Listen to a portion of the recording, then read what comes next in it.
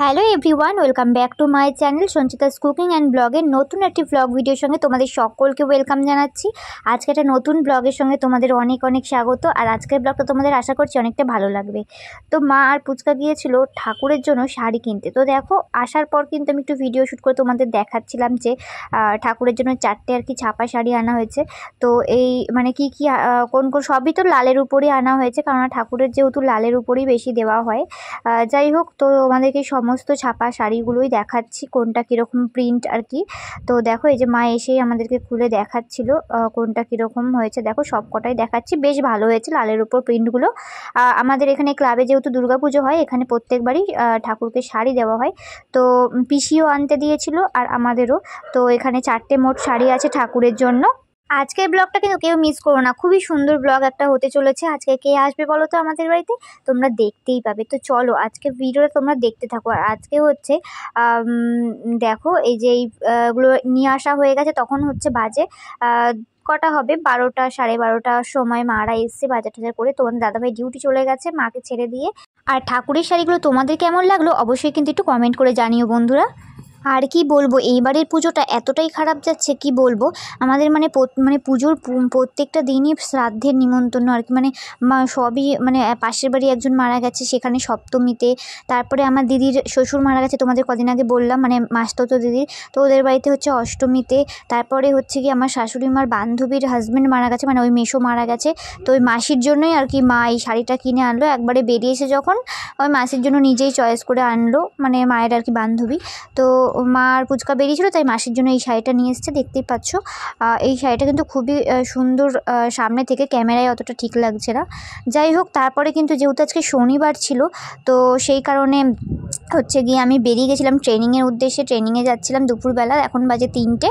তো চলো এখন টোটো ধরে হচ্ছে যাব ইছাপুর স্টেশনে। দিদিভাই আসবে, মানে আমার মামা শ্বশুরের ছেলের বউ, মানে উমা দিদিভাই আমার যা। তো দিদিভাই আসবে, এসে আর কি একসাথে ওই পারে আবার যাব। তো চলো, দেখো আমাদের এখানে কিন্তু সারাদিনই এখন পুজোর মার্কেট বলে সারাদিনই দোকান খোলা, এই দেখো। তো চলো আমি এখন টোটো ধরবো, টোটো ধরে তারপরে আর কি যাব স্টেশনে। আর আমাদের বাড়ির সামনে জয়গুরুর এখানে কিন্তু একটা প্যান্ডেল হয়েছে, সেটাও তোমাদের দেখিয়ে দিলাম, মানে আমার ক্যামেরার পিছনে দেখা যাচ্ছে। যাই হোক, তারপরে চলে এসেছি ইছাপুর স্টেশনে যাচ্ছি। আর দেখো, স্টেশনের এখানেও কিন্তু একটা প্যান্ডেল হয়েছে, খুব সুন্দর করছে এখানে। এবছর মানে প্রথম করছে, এবছর তো করে না, মানে অন্য বছর তো এখানে করে না, বাট এই বছরই প্রথম করছে। অন্যদিন দিদি ভাইয়ের জন্য আমি বসে থাকি, আজকে দেখো বসে রয়েছে। এখনো দেখেনি যে আমি এই পারে নিজে বসে বসে ফোন দিচ্ছে।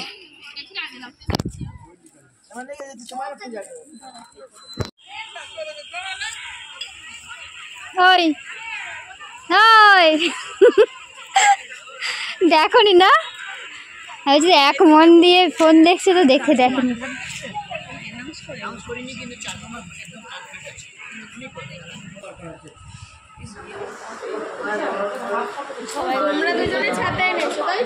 তারপরে বিকাল থেকে বিশাল জোরে বৃষ্টি নেমে গেছিলো, আর আমরা সবাই আটকেছিলাম দেখো সন্ধ্যাবেলা বেরোবো করে।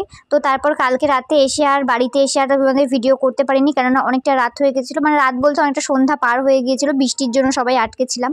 তো আজকে হচ্ছে সানডে, মানে রোববার, কালকে তো শনিবারে ভিডিওটা তোমাদের দিলাম। তো আজকে হচ্ছে রবিবার। তো রবিবারে দেখো এখন রান্নার সময় কিন্তু সকাল থেকে ভিডিওটা শুরু করছি।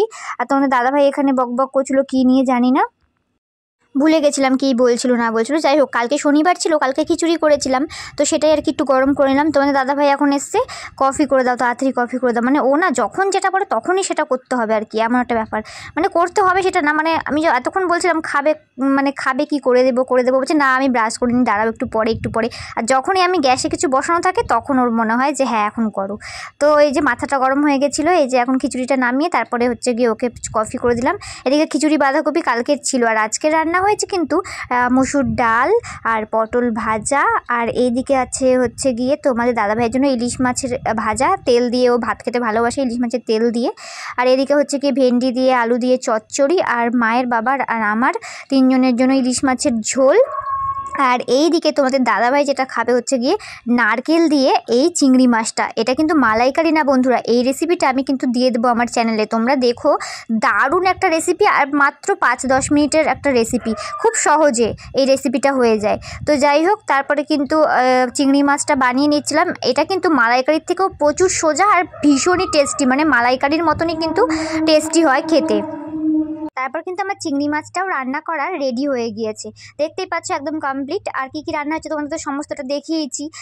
ডাল, পটল ভাজা, ইলিশ মাছের ঝোল, ভেন্ডি আলু চচ্চড়ি আর চিংড়ি মাছ। আর এদিকে হচ্ছে পিসি দিয়ে গেল মাছের মাথা দিয়ে পুঁই শাকের ঘন্ট। সানডে দিন এতগুলো পার্সেল এসছে আজকে, কি বলবো তোমাদের। তো পুরো ভিডিওটা দেখো তাহলেই বুঝতে পারবে। এখন একটা পার্সেল এলো, ফোন করলো যে পার্সেলটা নিয়ে যাওয়ার জন্য নিচে এসে। তো তারপর পার্সেল নিতে গেছিলাম। দেখো এর মধ্যে কি আছে সেটাও তোমরা দেখতে পাবে, তোমাদেরকে দেখাচ্ছি খুলে। আমি কিন্তু আগে পার্সেলটা ওপেন করিনি, তোমাদের সামনে আর কি ওপেন করলাম। দেখো এখানে কিন্তু দুটো নেক পিস আছে, তোমাদের দেখাই। এটা হচ্ছে মিশো থেকে অর্ডার করা হয়েছিল, বেশ ভালো এসছে, মানে সুন্দর এসছে আর কি। তো আর একটা দেখাচ্ছি তোমাদের, এটার সঙ্গে কিন্তু ইয়াররিংও রয়েছে, তোমাদের সামনে থেকে দেখাই। আর এই নেক পিসগুলোর সঙ্গে কিন্তু ইয়াররিংও রয়েছে। তো দেখো আর একটা যে এসছে সেটাও তোমাদের দেখাই। এই যে এটার মধ্যে কিন্তু দুটোই কম্বো ছিল, মানে এই নেক পিসগুলো। তো যাই হোক, দুটোই অর্ডার করেছিলাম। একটা হচ্ছে নেবে রিয়াদি আর একটা নেব আমি। মানে আমরা না এরকমই করি, যখনই কিছু দেখি কম্বো রয়েছে তখন দুটো ধরো লাগবে না আর কি। তো রিয়াদি একটা নয়, আমি একটা নিই। পরে আবার ওর যখন আমারটা দরকার হয় তখন এটা নিয়ে পড়ে, আবার আমার যখন দরকার হয় ওরটা নিয়ে পড়ি, এরকমই করি জানো তো। এটা বেশ ভালো হয় বলো। আর ওই যে জেঠু এসেছিলো, জেঠু কিন্তু আমার সাথে গল্প করছিল। তো তারপরে আমাকে বললো কি এসছে, আমি বললাম যে পার্সেল এসছে। তো দেখো এই যে এখানে এই দুটো কিন্তু এসেছিলো, কেমন হয়েছে জানিও বন্ধুরা। তো এখন হচ্ছে গিয়ে এই যে ডিম সিদ্ধ আর আলু সিদ্ধ বসিয়েছি। আজকে একটু এগ ডেভিল করব, কেননা তোমাদের তো বললাম যে আজকে দিদিভাইরা আসবে। মানে কালকে যে শনিবার দিন আমরা ট্রেনিংয়ে গেছিলাম, দিদিভাইয়ের সঙ্গে দেখা করিয়েছিলাম না, মানে আমার মামা শ্বশুরের ছেলের বউ, মানে হচ্ছে গিয়ে আমার যা। তো দিদিভাই আর মামি আসবে, মানে ওর শাশুড়ি আর বৌমা দুজন মিলে আসবে আর কি। তাই জন্য একটুখানি ভাবছিলাম এগ ডেভিল বানাবো বিকালবেলা ওরা যখন আসবে। তাই এখন একটুখানি এগুলো সব রেডি করে রেখে দিচ্ছি, তারপরে আর কি স্নান টান করবো। গাইস স্নান টান করে এখন বাজে দেখো 2:20। তো এতক্ষণ যে ডিমের ডেভিলগুলো বানিয়ে রাখছিলাম, কারণ দিদিভাইরা আসলে ওগুলো ভেজে দেবো সন্ধ্যাবেলা, ওই কারণে। আর এই যে আর একটা পার্সেল এসছে, এটার মধ্যে কী আছে তোমাদেরকে দেখাচ্ছি, দাঁড়াও খুলে। চলো। আর আমাদের পাড়ার দুর্গা মণ্ডপের ওখানে কিন্তু গান বাজছে, তোমরা হয়তো একটু হালকা শুনতে পাবে। আমি একটু কেটে কেটে দিয়েছি, না হলে কপিরাইট চলে আসবে। এই দেখো কতগুলো প্যাকিং করা।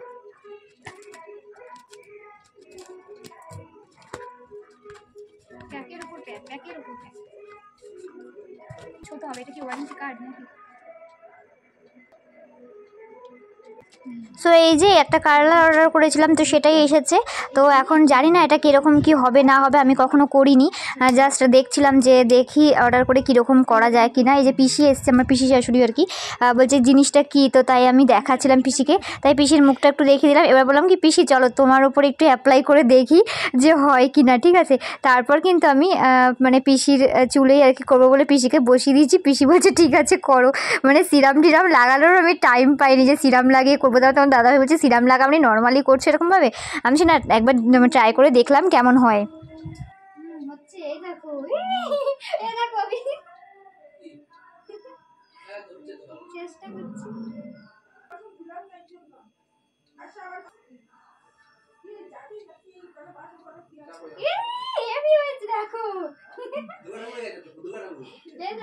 ওটা তো তোমাদের সঙ্গে দুপুরে শেয়ার করেছিলাম। এখন কিন্তু সন্ধ্যা হয়ে গেছে, তো দিদিভাই আর মামি দুজনে এসেছে। তো আমি তাই রান্নাঘরে চলে এসেছি, ডেভিলগুলো এখন ভাজবো, মানে চা করবো। এবার চা করার পর যদি ভাজি তাহলে চাটা ঠান্ডা হয়ে যাবে, তাই ভাবলাম এটা ভাজি আর একদিকে চা বসিয়ে দেবো। তো দেখো ডেভিলগুলো কিন্তু আমি বসিয়ে দিয়েছি। তো আমি তো রেডি করেই রেখেছিলাম দুপুরবেলা, যে সন্ধ্যাবেলা ওরা যখন আসবে তখন ভেজে দেবো। তো দেখো এখানে কিন্তু ডেভিলগুলো ভেজে নিচ্ছি, আর সবাই ঘরে গল্প করছে। তো চলো তোমরা ভিডিওটা দেখতে থাকো, আশা করছি তোমাদের অনেকটা ভালো লাগবে। আর হচ্ছে কি এই ডেভিল রেসিপিটাও কিন্তু আমার চ্যানেলে দিয়ে দেবো, ঠিক আছে, তোমরা কিন্তু দেখে নিও। আর চলো দেখতে থাকো, সঙ্গে থাকো, আশা করছি ভিডিওটা ভালো লাগবে। যারা যারা এখনও পর্যন্ত লাইক দাওনি প্লিজ একটা ভিডিওতে লাইক দিয়ে ভিডিওটা দেখা শুরু করো। আর এই চা করার সময় আমার একটা খুব সমস্যা হয় যে আমি কাপে মেপে জল না নিলে না আমার ঠিক মানে আমি বুঝতে পারি না, যে কারণে আমার অনেকে যে আন্দাজে মানে জল নিয়ে নেয় চা করে ফেলে, তো আমি কাপ মেপে না করলে না বুঝতেই পারি না, যে কারণে কাপ মেপেই আর কি চা করি সব সময়। একদিকে আর কি ভেজে নিচ্ছিলাম আর একদিকে কিন্তু চা বসিয়ে দিচ্ছি, তো এই ডেভিলগুলো ভেজে তুলে নিয়েছি আর একদিকে চাটাও করে নিয়েছি। তো চলো এবার কিন্তু মামিদের দিয়ে আসবো। এই যে ডেভিলগুলো কিন্তু ভেজে নিয়েছি, ওপর দিয়ে একটু চাট মশলা দিয়ে দিয়েছি, তাতে কিন্তু খেতে আরও বেশি টেস্টি হয়। তো চলো চা আর হচ্ছে গিয়ে ডেভিল এখন দেবো, সবার জন্যই চা করেছি।